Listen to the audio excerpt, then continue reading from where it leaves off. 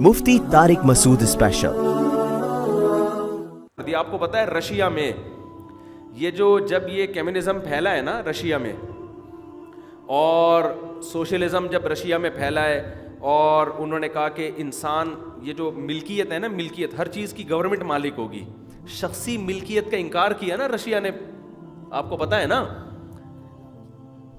کہ بھائی یہ خدا کا بھی انکار، مذہب کا بھی انکار، شخصی ملک، ہر چیز کی مالک گورنمنٹ ہے۔ انہوں نے کہا کہ اس سے معاشرے میں ایک متوازن نظام پیدا ہوگا، یہ جو کروڑ پتی یہ غریب سے غریب تر، یہ سارا سیٹ اپ ختم، ہر چیز کی مالک گورنمنٹ ہے، گورنمنٹ آپ کو دے گی، سب چیزوں میں سب لوگ مشترک ہیں۔ یہ چیز اسلام کے بالکل اگینسٹ ہے، لیکن اس کو پاس کرنے والے اور اس پہ تحریکیں چلانے والے دنیا کے ذہین ترین لوگ تھے۔ اب تو چونکہ وہ تحریکیں ہمارے بچپن میں، یہ تحریکیں پاکستان میں بھی چلنا شروع ہو گئی تھی کہ سرخ انقلاب پاکستان میں بھی آئے گا اور یہ کمیونزم پھیلے گا، اور جو ہے نا ہر چیز کی مالک گورنمنٹ ہوگی، اور یہ لوگوں میں ایک آدمی اتنے بڑے بلڈر کروڑوں روپے کا مالک، دوسرا رکشہ چلا رہا ہے، یہ سارا سیٹ اپ کیا ہو جائے گا؟ ختم۔ ایک عدل و انصاف کا نظام ہوگا، بنیادی چیزیں ہر شخص کے پاس برابر ہوں گی۔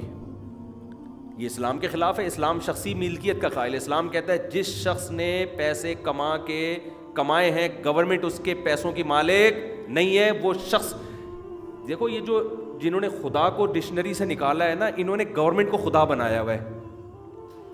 یہ جتنے لوگ ہیں نا جو کہتے ہیں نا کہ خدا نہیں ہے، خدا نہیں ہے، خدا نہیں ہے، یہ ریاست کو گاڈ سے زیادہ انہوں نے مقام دے دیا ہے۔ خدا کتنا ٹیکس لیتا ہے سال میں؟ بولو نا، 2.5% لیتا ہے، اور وہ بھی ہر ایک سے نہیں، مالداروں سے، اور مالداروں کی بھی ہر چیز پہ نہیں، صرف 4 چیزوں پہ۔ آپ نے اگر فلیٹ لیا ہے کرائے پر دے دیا، اللہ کہتے ہیں فلیٹ کی زکوٰۃ نہیں ہے۔ آپ نے فلیٹ بیچنے کے لیے لیا تو اس پہ زکوٰۃ ہے۔ گاڑی آپ نے رینٹ پہ چلانے کے لیے لی، گاڑی پہ زکوٰۃ نہیں ہے۔ گاڑی بیچنے کے لیے خریدی، اس پہ زکوٰۃ ہے۔ تو ہر چیز پہ نہیں ہے، صرف سونے چاندی، مال تجارت اور نقدی، ان چیزوں پہ ہے، اور وہ بھی سال میں ایک دفعہ، اور وہ بھی قسطوں میں بھی دے سکتے ہو، اور دینی بھی اللہ کو ڈائریکٹ نہیں ہے، جا کے اپنے ماموں کو دے دو آپ اگر غریب ہے، بس اللہ کہتے ہیں مجھے مل گئی، وہ اپنے بھانجے کو دے دو، اپنی بہن کو دے دو، اپنے بھائی کو دے دو۔ کیا ہو گیا؟ کتنا خوبصورت خدا کی ریاست کا قانون، جو ٹیکس کو، جو خدا کا متعین کردہ ٹیکس ہے، کتنا خوبصورت ہے یا نہیں ہے؟ بولتے کیوں نہیں بھائی؟ خدا اس کے علاوہ کسی اور ٹیکس کا قائل نہیں ہے۔ اور اللہ بقرعید میں کہتا ہے ایک اور ٹیکس ہے، جانور کاٹ کے غریبوں کو خود بھی کھلاؤ، غریبوں کو بھی کھاؤ، خود بھی موٹے ہو جاؤ گے، پروٹین ملے گا تمہیں۔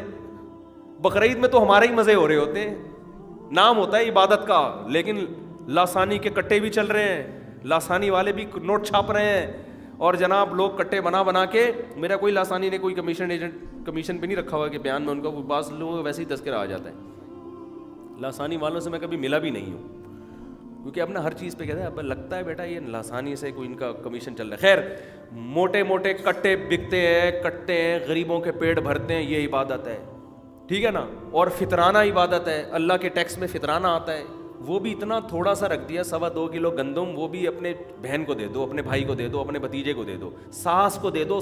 صرف ماں باپ کو اور اولاد کو نہیں دے سکتے زکوٰۃ، کیونکہ ماں باپ کو دینے میں گویا کو وہ لوٹ کے خود ہی آ رہی ہے نا۔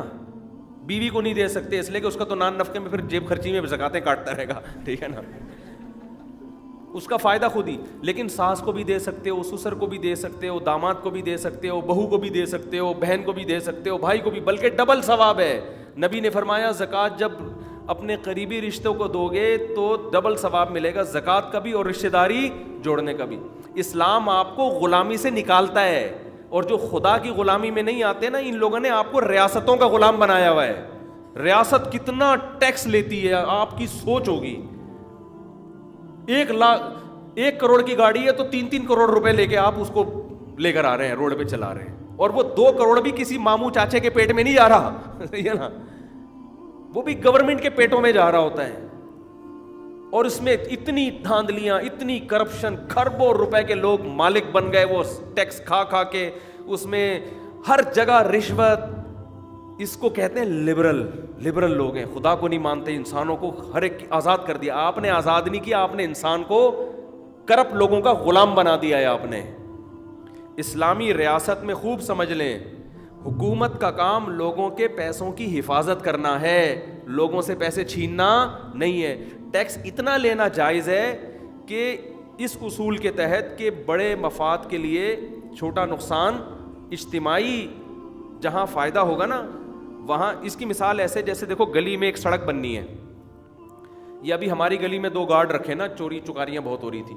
اب گارڈ رکھے ہیں تو ان گارڈوں کی تنخواہ ہر گھر سے لی جائے گی نا, تو یہ ٹیکس جائز ہے کہ بھائی یہ گارڈ کے مصارف محلے والوں نے پورے کرنے ہیں, یہ چور چکے سے بچنا. اب اگر اس میں کوئی ایک گھر کہتا ہے میں نہیں گارڈ کی تنخواہ دے رہا, بھائی تیرے باپ کو بھی دینی پڑے گی, کیونکہ جب سب کے لیے رکھا ہے تو آپ کو بھی دینا پڑے گا. تو ایک گارڈ کی تنخواہ میں ہر گھر سے آپ تھوڑے تھوڑے پیسے لے کے, اس میں ریاست کا کوئی فائدہ نہیں ہے بلکہ گلی والوں کا فائدہ ہے. تو آپ نے کس کو پکڑا دی؟ گارڈ کو پکڑا دی. اس حد تک ٹیکس تو ٹھیک ہے. یا کوئی روڈ بنانا ہے سب کے مفاد کے لیے, اور اس میں بھی شریعت پہلے حکومت کو یہ کہتی ہے کہ پہلے آپ دوسرے, کیونکہ ٹیکس شریعت کے مزاج کے بہرحال خلاف ہے یہ, کیونکہ حکومت کا کام لوگوں کے مال کی حفاظت ہے, لوگوں کا مال لینا نہیں ہے. حکومت کا کام ہے کہ جتنے لوگ کما رہے ہیں نا وہ ببانگ دہل گورنمنٹ کو بتائیں ہم اتنا کما رہے ہیں, ہم نے کمایا ہے, یہ ہمارا ہے. تو گورنمنٹ کہے گی آپ کا ہے, اب اس کو کوئی لے نہیں سکتا. یہاں گورنمنٹ کو بتاتے ہوئے ڈر رہے ہوتے ہیں. چور کو بتا دے گا آدمی, ڈاکو کو بتا دے گا, کیونکہ پتا ہے یار تھوڑا سا مہینے کا باندھ دو, ڈاکو کچھ نہیں کہے گا. کہ محلے کے نا کچھ بدماش تھے جو انہوں نے کیا کیا کہ ہم سے یہ لیاری کے بیٹھے ہوئے ہیں, کہہ رہے ہیں وہ ایک بندہ گولڈ لے کے جا رہا ہے, تو بدماش نے بلایا چھپا کے کیوں لے کے جا رہا ہے؟ کہا سر وہ چوری نہ کر لے. کیا جب ہم یہاں بیٹھے ہوئے ہیں تو ہمیں ہر مہینے اتنا دے دیا کرو, اس کے بعد کوئی تمہارے مال کی طرف نظر اٹھا کے نہیں دیکھے گا. وہ بھی کم لے رہے ہوتے ہیں ڈاکو بھی. یہ بتا رہا ہوں جو گورنمنٹ لے رہی ہوتی ہے نا, اور اس کے بدلے میں دے کیا رہی ہے؟ گٹر کے ڈھکن کھلے ہوئے, سڑکیں ٹوٹی ہوئی, علاج کا بیڑا غرق. کسی گورنمنٹ ہاسپٹل چلے جاؤ, آدمی کہتا ہے روڈ پہ تڑپ کے مر جاؤں اس ہسپتال سے بہتر ہے جو حالات چل رہے ہیں وہاں پہ. اور جو دنیا میں, ہاں تو اسلام کیا کہتا ہے؟ سب سے پہلے یہ کہتا ہے کہ لوگوں کے مال کی گورنمنٹ کے ذمہ حفاظت ہے. حفاظت جب ہوتی تو لوگ اپنا مال بتاتے ہوئے خوش ہوتے. لوگ کہتے ہیں ہاں بھائی یہ اتنے پیسے میرے اکاؤنٹ میں میرے ہیں. اب بتاتے ہوئے ڈر رہے ہوتے ہیں یار چوڑے میں آ جائیں گے. دوسرا کام, گورنمنٹ اگر لوگوں کی اجتماعی ضرورت پوری کرے گی نا تو سب سے پہلے ملکی وسائل اختیار کرے گی. سمجھتے ہو؟ کسی کی شخصی زمین سے نہیں نکال سکتی کچھ بھی.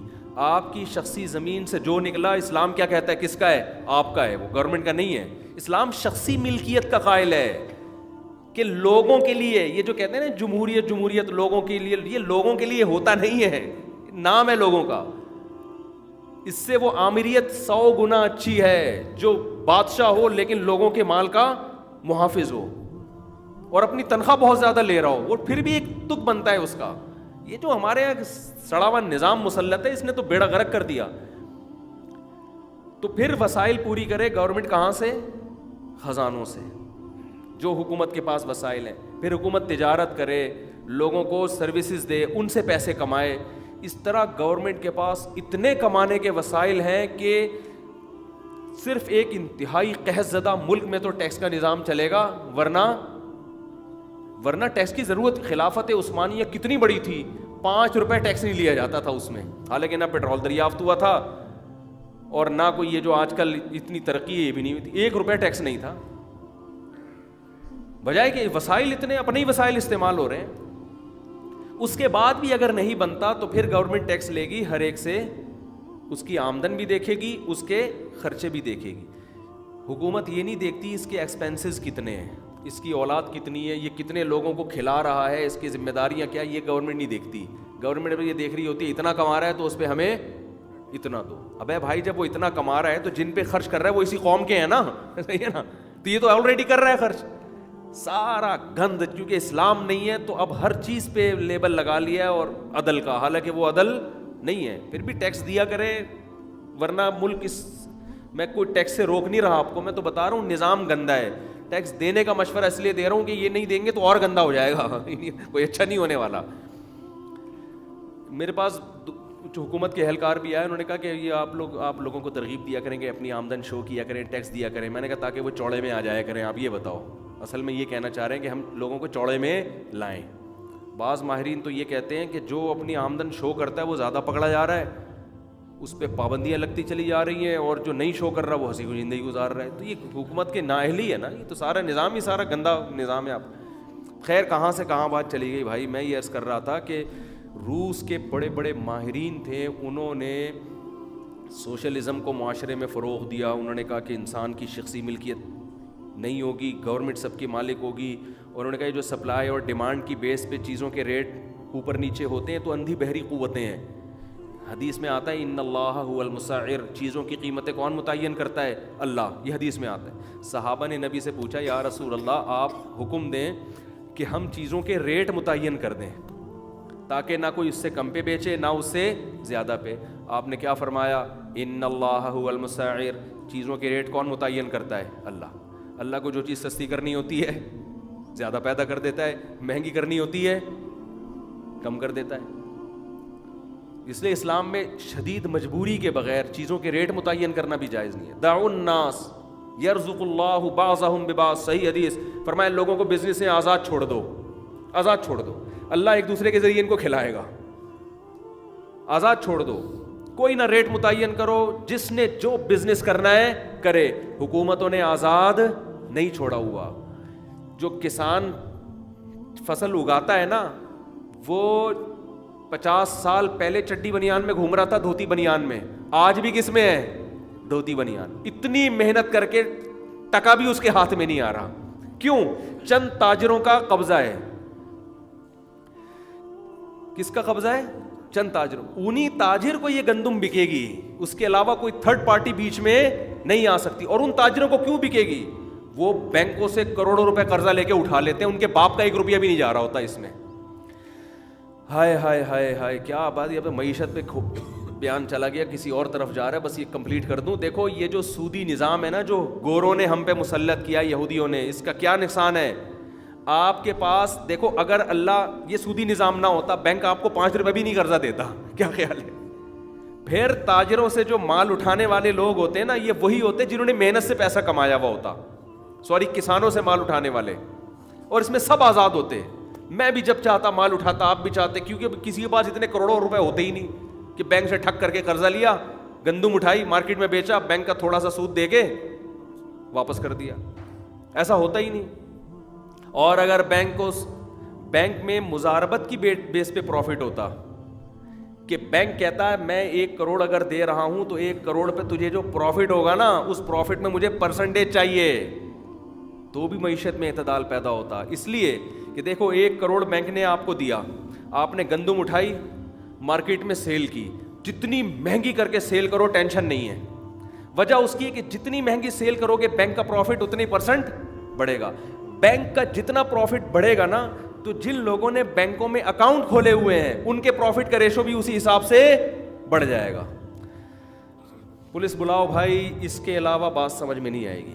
دیکھو بینک پھر اکاؤنٹ جب کھولے, آپ بینک میں اکاؤنٹ کھولیں گے, آپ نے بینک میں 1 کروڑ روپے رکھوائے, آپ بینک سے یہ ایگریمنٹ نہیں کرو گے کہ 1 کروڑ میں مجھے 2 لاکھ چاہیے. آپ کرو گے 1 کروڑ پہ تیرا باپ جتنا کمائے گا نا مجھے پرسنٹیج چاہیے اس سے. تو سالے نوٹ چھاپنے کی مشین بنا ہوا ہے اور مجھے 2 لاکھ پکڑا کے خوش ہو رہا ہے کہ یار مجھے 1 کروڑ پہ 2 لاکھ ملے.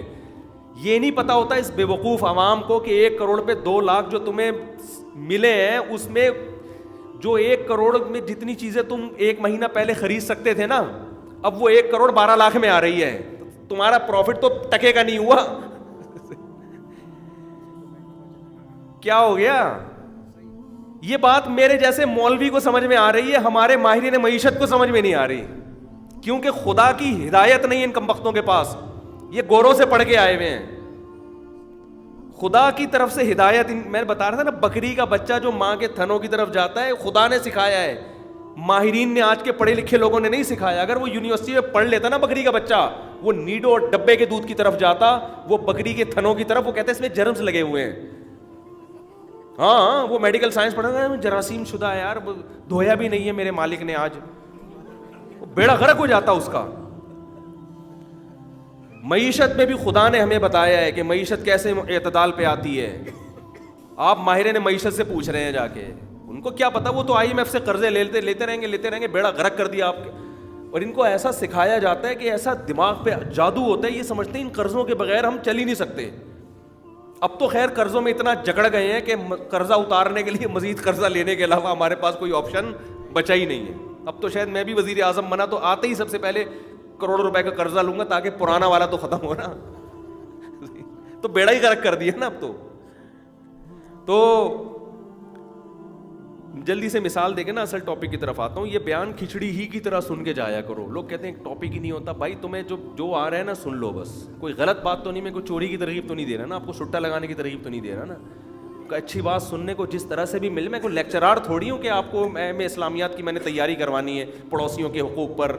لوگ کہتے ہیں ایک ٹاپک پہلے پڑوسیوں کا حقوق پھر فلانا. بھائی جو نصیحت کی بات جو جا رہی ہے مارکیٹ میں آنے دو, فائدہ ہو رہا ہے بس اس پہ اللہ کا شکر ادا کرو. آم کھاؤ, پیڑ گننے سے مطلب نہ رکھو. اور اسی میں حسن ہے.